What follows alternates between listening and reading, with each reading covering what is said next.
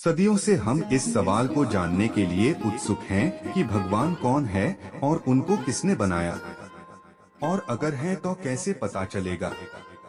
आज 21वीं शताब्दी में भी हम इंसान इस प्रश्न का जवाब नहीं ढूंढ पाए हैं और शायद ही कभी ढूंढ पाए। अगर हम साइंटिफिकली सोचें कि क्या भगवान है, तो हमें यही निष्कर्ष मिलेगा कि भगवान नाम की कोई चीज नहीं होती है। पर यही हम कॉमन सेंस से सोचें कि क्या भगवान वास्तव में है, तो हम यही सोचेंगे कि किसी चीज को बनाने के लिए एक रचयिता की जरूरत होती है।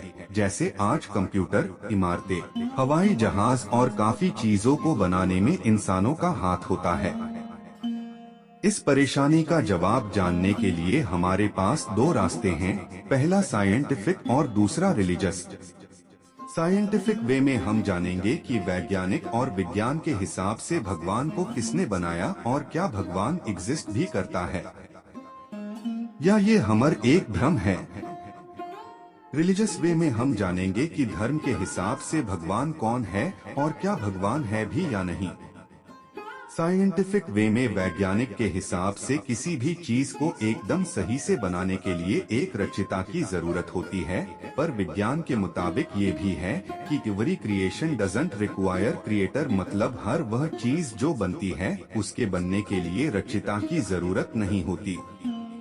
महान वैज्ञानिक स्टीफन हॉकिंग के अनुसार यह यूनिवर्स एक प्राकृतिक घटना है और भगवान जैसी कोई चीज ही नहीं होती है।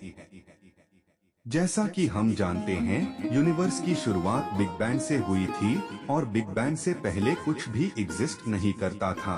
मतलब सब चीजें थी पर फ्रोजन फॉर्म में थी, मतलब समय भी अपने इसी रूप में था।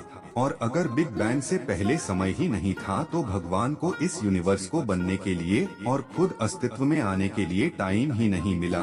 अब खुद ही सोचिए, अगर यूनिवर्स की शुरुआत से पहले समय ही नहीं था तो कोई और इस ब्रह्मांड को कैसे बना सकता था। और जैसा कि हम सब जानते हैं कि कुछ फिक्स्ड नियम है जो कि कभी बदल ही नहीं सकते और परमानेंट ही रहेंगे। अब आप खुद ही सोचिए कि अगर इस ब्रह्मांड में फिक्स्ड रूल है और लॉ है, तो फिर भगवान का क्या रोल है इस यूनिवर्स में। कुछ वैज्ञानिकों का तो यह भी कहना है कि हिंदू भगवान यानी हिंदू धर्म के भगवान कोई गॉड नहीं थे, बल्कि वो परिग्रही थे।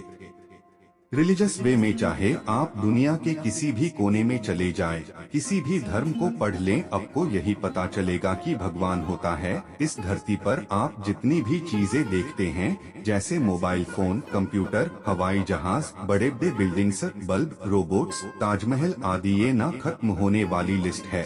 और इन्हें बनाने में इस ग्रह के सबसे बुद्धिमान जीव इंसान का हाथ है।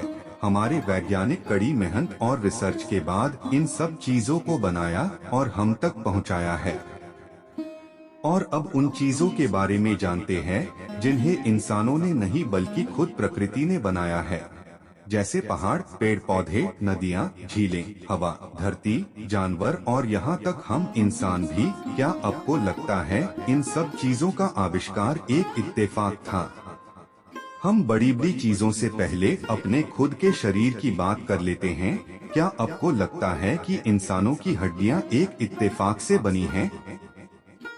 ये इतनी बारीकी से डिजाइन की गई है कि एक बार आप खुद सोच कर देखिए, क्या होता अगर हमारे पास दिल नहीं होता या दिमाग नहीं होता, तो क्या हम जिंदा होते? इसका जवाब नहीं होगा। इस ग्रह पर इतने सारे जीव हैं और वो भी एकदम परफेक्ट बने हैं। क्या आपको लगता है कि यह सिर्फ एक इत्तेफाक है या इनको किसी ने बनाया है? साइंस ने खुद कहा है कि इस ब्रह्मांड में सभी चीजें परफेक्टली मैथमेटिकली अरेंज्ड हैं। तो क्या यह सिर्फ एक इत्तेफाक है? दरअसल हमारे वेदों में बताया गया है कि इस ब्रह्मांड में 3 आयाम है और इन 3 आयाम में ग्रह भी हैं और उन ग्रहों पर जीवन भी है। लेकिन देवता और भगवान किसी और ग्रह से नहीं बल्कि किसी और आयाम से आते थे।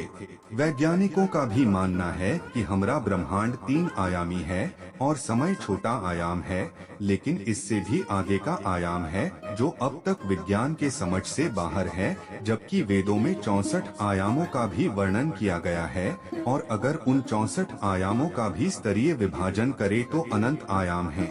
इस तरह इस 3 आयामी ब्रह्मांड में वो देव हमें शिक्षा देने आते थे और वो परग्रही नहीं बल्कि परायामी थे। वेदों में बताया गया है कि हमारे 3 आयामी दुनिया भी स्तरों में विभाजित की गई है, जिसमें स्वर्गलोक, पृथ्वीलोक और नरकलोक शामिल है। हमारी आत्मा इन आयामों में सफर कर सकती है, जबकि देव और भगवान दूसरे भी आगे के आयामों में सफर कर पाते हैं।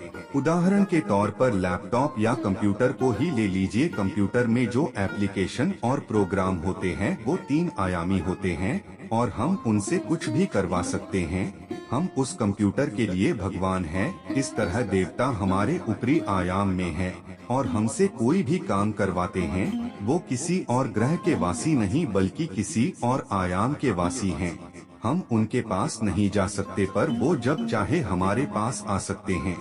जब कृष्णा भगवान का जन्म हुआ था तो वो भी इंसान के रूप में आए थे, क्योंकि विष्णु भगवान को हमारे आयाम में आने के लिए 3 आयामी नियमों का पालन करना पड़ता है। चैरियट्स ऑफ द गॉड्स के ऑथर एरिच वॉन डैनिकन भी कहते हैं कि श्री कृष्ण भी परिग्रही थे, पर यह उनके भी समझ के बाहर है कि परिग्रही पृथ्वी पर जन्म नहीं लिया करते। खैर, आप ही सोचिए, क्या भगवान थे? वैसे भी हम यह जानकर क्या करेंगे, जबकि हम अपने भगवान से प्यार ही नहीं करते। हम प्यार करते हैं तो सिर्फ अपने धर्मों से।